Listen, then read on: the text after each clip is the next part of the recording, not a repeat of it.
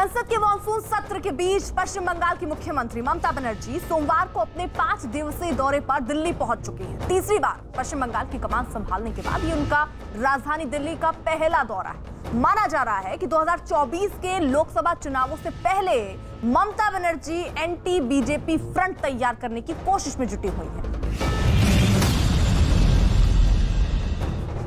पश्चिम बंगाल की सत्ता में लगातार 3 बार जीत का परचम लहराने के बाद ये ममता बनर्जी की दिल्ली दौरे की वो तस्वीरें हैं जिसे सियासी पंडित 2024 के लोकसभा चुनावों को लेकर देख रहे हैं। 5 दिन के दिल्ली दौरे पर पहुंची ममता बनर्जी बेहद टाइट शेड्यूल में सबसे पहले कांग्रेस के कमलनाथ और आनंद शर्मा से मिली। कांग्रेस नेताओं से मुलाकात कितनी अहम है, इसे भी समझना जरूरी है। देखिए, जो भारतीय संवैधानिक प्रजातंत्र को समझते हैं, उसमें निष्ठा रखते हैं, वो तमाम लोगों की ऐसी सोच एक ही रहती है, वही सोच है। बाकी तो ममता जी कल कांग्रेस की अध्यक्षा से मिलेंगी, सोनिया गांधी जी से, हमारे यहाँ जो भी है कांग्रेस अध्यक्षा और कांग्रेस कार्यकारिणी, इन बड़े विषयों पर करेगी।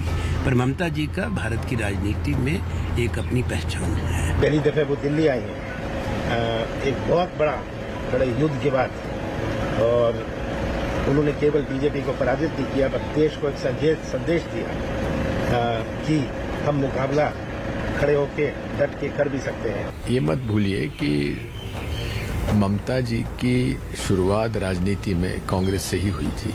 कांग्रेस नेताओं से मुलाकात के ठीक बाद करीब 4 बजे ममता बनर्जी पीएम मोदी से मिलने प्रधानमंत्री आवास पहुंची, जहां पीएम मोदी के साथ ममता बनर्जी की मुलाकात हुई, जिसके बाद बाकायदा पीएमओ इंडिया की तरफ से पीएम मोदी और ममता बनर्जी की मुलाकात की एक तस्वीर साझा की गई। पीएम मोदी से मुलाकात के बाद ममता बनर्जी मीडिया से मुखातिब हुई। बरसात के बीच छाता थामे ममता बनर्जी ने बैठक में पीएम मोदी के साथ हुई चर्चा का जिक्र किया।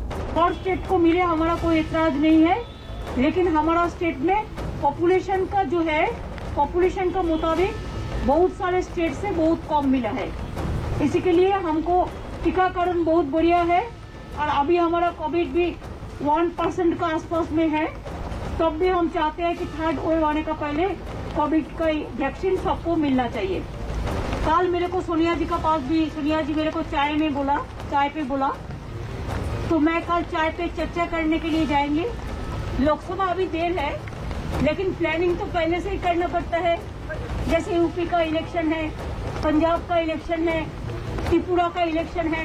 प्रधानमंत्री से मुलाकात के बाद ममता बनर्जी जब निकली, उस समय तेज बारिश हो रही थी। मीडिया से मुखातिब होते हुए उन्होंने अपना छाता खुद थामा और उन मुद्दों पर बात की जिन पर प्रधानमंत्री से चर्चा हुई है। इस मौके पर कोरोना टीकाकरण, जासूसी मसले और लोकसभा चुनाव में विपक्ष की प्लानिंग पर भी उन्होंने मीडिया से बात की।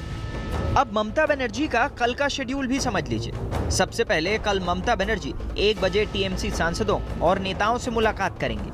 दोपहर करीब 2:30 बजे प्रेस के साथ हाई टी यानी मुलाकात का वक्त रखा गया है। इसके बाद शाम 4:30 बजे ममता बनर्जी सोनिया गांधी से मुलाकात करेंगी।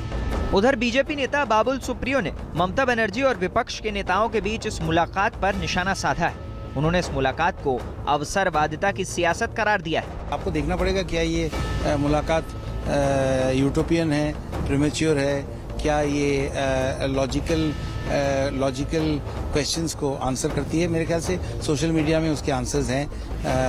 क्या ये एसोसिएशन ऑफ अपॉर्चुनिज्म है, तो ये क्वेश्चंस जो है पब्लिक आंसर कर रही है। बंगाल में क्या हालत है हर चीज़ में, जीतने से वो सारी हिस्ट्री जो है वो जो है बुझ नहीं जाती है, वो सारे कष्ट जो है वो ख़त्म नहीं हो जाते। जीत की जश्न में बड़े सपने देखना उनका हक है। ममता बनर्जी का ये दिल्ली दौरा ऐसे वक्त में हो रहा है जब संसद का मॉनसून सत्र चल रहा है और विपक्ष की तरफ से सदन में तमाम मुद्दों को लेकर हंगामा किया जा रहा है। दरअसल पश्चिम बंगाल के चुनाव में जीत की हैट्रिक लगाने वाली ममता बनर्जी ये साबित करने की कोशिश में जुटी हैं कि वो बीजेपी को कड़ी टक्कर दे सकती हैं। यही वजह है कि अब राज्य की सियासत से निकलकर वो 2024 के लोकसभा चुनाव के लिए ऐसा एंटी बीजेपी फ्रंट तैयार करना चाहती हैं जो बीजेपी का मुकाबला कर सके।